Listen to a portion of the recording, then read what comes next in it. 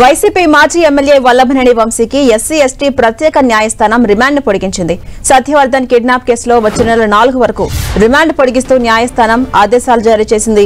వంశీతో పాటు మరొక 4 నిందితులను రిమాండ్ పొడిగిస్తున్నట్టు న్యాయస్థానం తెలిపింది. ఇక ఈ కేసులో వల్లభనేని వంశీ A1 గా ఉన్నారు.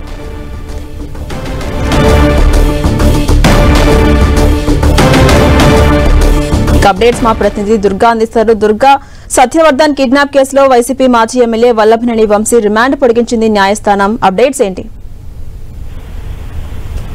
ఈ రోజు ఏదైతే సత్యవర్ధన్ కిడ్నాప్ కేసుకు సంబంధించి ఎస్సీ ఎస్టీ ప్రత్యేక కోర్టులో వల్లభనేని వంశీని పోలీసులు ప్రవేశపెట్టారు. అయితే ప్రస్తుతం ఉన్నటువంటి ఆయన రిమాండ్ గడువు అనేది ముగిసినటువంటి నేపథ్యంలో జడ్జి ముందు ఈ రోజు ప్రవేశపెట్టినటువంటి పోలీసులు అయితే జడ్జి కేసు సంబంధించినటువంటి కొన్ని డీటెయిల్స్ కూడా తెలుసుకుని 8వ తేదీకి రిమాండ్ ను పొడిగించారు. ఈ 14 రోజుల పాటు మరొకసారి రిమాండ్ పొడిగిస్తూ జడ్జి ఉత్తర్వులు కూడా జారీ చేయడం జరిగింది. అయితే ఈ విచారణ నేపథ్యంలో వల్లభనేని వంశీ జైల్లో ఏదైతే కొన్ని సదుపాయాలకు సంబంధించి జడ్జి ముందు రిక్వెస్ట్ చేసినట్టుగా మనకు తెలుస్తుంది. అయితే వాటికి సంబంధించి పరిశీలించి నిర్ణయం తీసుకుంటానంటూ కూడా జడ్జి చెప్పినట్టుగా సమాచారం అందుతుంది. ఈ నేపథ్యంలో వల్లభనేని వంశీతో పాటు ఈ కేసులో ఉన్నటువంటి మరొక 4 కూడా ఈ రోజు జడ్జి ముందు పోలీసులు ప్రవేశపెట్టడం జరిగింది.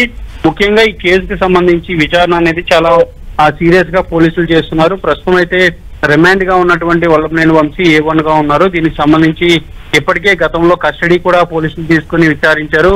మరోసారి కస్టడీ కావాలంటూ కూడా పోలీసులు ఆల్రెడీ పిటిషన్ దాఖలు చేశారు. దీంతో పాటు ఈ సత్యవర్ధన్ అరెస్ట్ కిడ్నాప్ కేసుకు సంబంధించి కూడా బెయిల్ ఇవ్వాలంటూ కూడా ఇప్పటికే కోర్టులో వల్లభనేని వంశీ తరపు న్యాయవాదులు బెయిల్ పిటిషన్ కూడా దాఖలు చేశారు. దానికి సంబంధించి ఇప్పటికే విచారణ కూడా పలుసార్లు జరిగింది. ఆ బెయిల్ పిటిషన్ కూడా ప్రస్తుతం వాయిదా వేసినటువంటి నేపథ్యంలో ఈ బెయిల్ కి సంబంధించి కూడా త్వరలోనే విచారణ కూడా జరగబోతుంది. ఏదైనప్పటికీ కూడా ప్రస్తుతం రిమాండ్ ఖైదీగా ఉన్నటువంటి వల్లభనేని వంశీ ఈ రోజు రిమాండ్ గడువు పూర్తవడంతో మరొక 14 రోజుల పాటు రిమాండ్ ని పొడిగిస్తూ ఎస్సీ ఎస్టీ ప్రత్యేక కోర్టు నిర్ణయం తీసుకుంది.